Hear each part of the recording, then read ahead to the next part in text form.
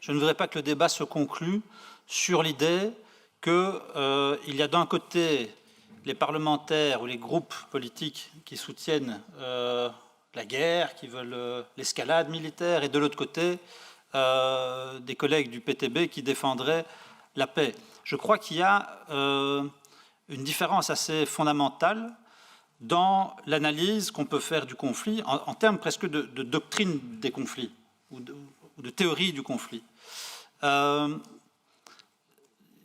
Chaque conflit a ses séquences. Aujourd'hui, depuis l'agression russe le 24 février, mais on pourrait même dire que ça a commencé bien avant, on est dans la phase militaire du conflit. Et je suis assez convaincu qu'aussi longtemps que les parties russes, ukrainiennes, ou qu'une des deux parties aura l'impression ou le sentiment que sur le terrain militaire, ils ont encore des marges à les récupérer, le temps de la négociation n'arrivera pas. Je rappelle que l'objectif de Vladimir Poutine, en ouvrant la guerre, en entrant en Ukraine le 24 février, son objectif était de faire tomber Kiev en 3 jours. C'était son objectif. Il n'a pas réussi à l'atteindre pour une raison, pas en raison du courage indéniable des militaires, des soldats, des citoyens ukrainiens, mais aussi parce que des pays se sont mobilisés pour soutenir l'Ukraine. C'est ça qui a empêché la Russie d'atteindre son objectif de faire tomber Kiev en quelques jours. Et aujourd'hui, on est encore dans cette séquence-là. On est là pour aider l'Ukraine à rétablir un rapport de force avec la Russie, rapport de force qui lui est le plus favorable possible.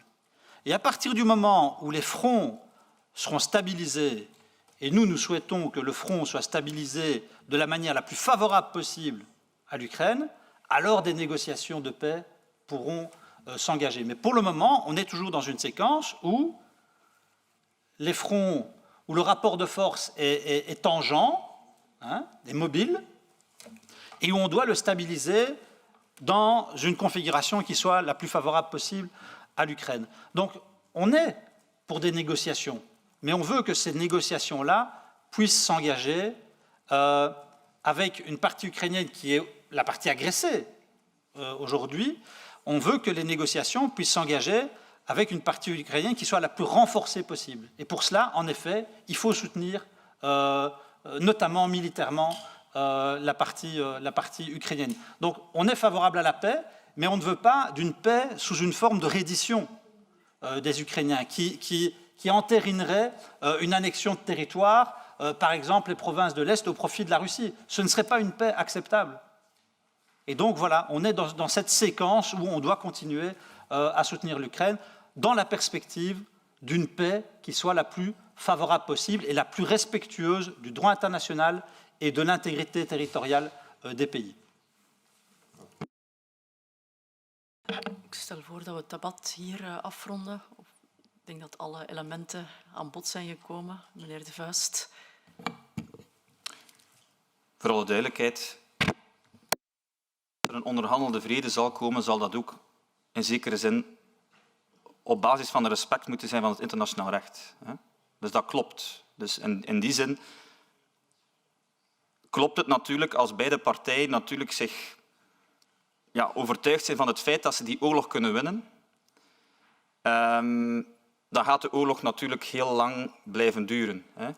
Maar er zijn ook al initiatieven geweest van Antonio Guterres, van de Verenigde Naties.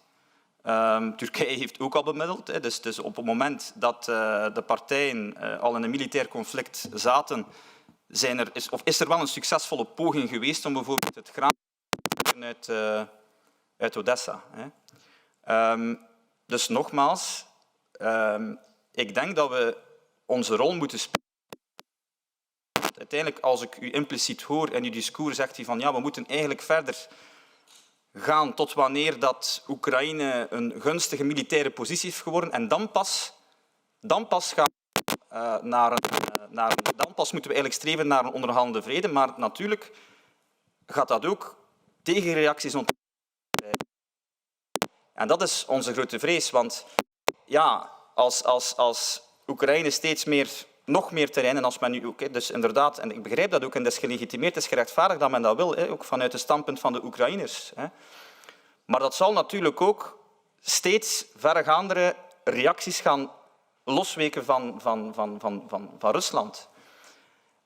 En dat is ook onze grote vrees, dat we eigenlijk ook in een escalatie gaan terechtkomen waarin wij uiteindelijk ook mee gaan betrokken worden in een veel grootschaliger conflict en misschien zelfs wel een wereldconflict of een wereldoorlog. Dus dat is eigenlijk hetgeen wat wij zeggen en waar wij voor oproepen, dat we echt wel behoedzaam moeten zijn, dat we moeten oppassen en dat niks ons belemmert nu momenteel om ook parallel tot een situatie te gaan waar we onderhandelen, desnoods Europese Unie binnen de Verenigde Naties, binnen de OVSE, dat we terug on speaking terms kunnen geraken om die oorlog zo snel mogelijk te stoppen. Ik denk dat dat eigenlijk hetgeen is wat wij eigenlijk al de hele tijd zeggen. Wat niet losstaat van het feit dat we ondertussen de Russische agressie, want zij zijn inderdaad de agressor, zij moeten zich terugtrekken, er moet direct een staakt het vuren komen. Maar onze rol is ook als buur, want het Eurasiatisch continent, we moeten uiteindelijk ook zelf ervoor zorgen dat we ook op de lange termijn, en dat zeggen ook professoren internationaal recht, kijk wat er gebeurd is ook na de Tweede Wereldoorlog met Duitsland, of bijvoorbeeld met Japan. Men heeft Japan en Duitsland de verliezers van de Tweede Wereldoorlog, om het dan zo te zeggen, ook opgenomen in een collectief veiligheidssysteem. Dat zal uiteindelijk ook, onafhankelijk wat er gebeurt in het Kremlin, of het nu een paleisrevolutie is of niet, dat zal uiteindelijk ook moeten gebeuren op lange termijn tussen Europa en Rusland, wat trouwens ook gebeurd is in de Koude Oorlog. We hebben de Harmel-doctrine gehad, we hebben de Oostpolitiek gehad, in zekere zin om buiten die bipolariteit te blijven. En daar roepen wij tot op. Dat is het enige wat wij eigenlijk tot nu toe hebben verdedigd. En we kunnen daar inderdaad op een fatsoenlijke manier van gedachten van wisselen, zonder platitudes, zonder framing. En ik ben blij dat we dat tot dusver toch ook al hebben kunnen doen. Monsieur Benachou. Rassurez-vous, Madame la Présidente, je ne vais pas prolonger le débat artificiellement, mais juste quand même souligner un point qui me paraît problématique dans le raisonnement du collègue de Vuist, en tout cas qui me semble dénoter d'une forme de naïveté, dans l'idée de laisser penser que si les Ukrainiens arrêtaient de se défendre, les Russes arrêteraient de les attaquer. Comme s'il suffisait, comme si les Ukrainiens étaient quelque part les premiers responsables de l'escalade. Encore une fois, il ne faut pas oublier que Vladimir Poutine s'est mis tout seul dans cette situation-là. C'est lui qui, la nuit du 23 au 24 février, a décidé d'attaquer. Donc ne soyons pas naïfs et n'imaginons pas 2 secondes que si les Ukrainiens levaient le pied dans la défense de ce qui est quand même leur territoire, jusqu'à preuve du contraire, les Russes, subitement, reviendraient à des considérations et à des pratiques plus pacifiques. Je ne le crois pas une seconde.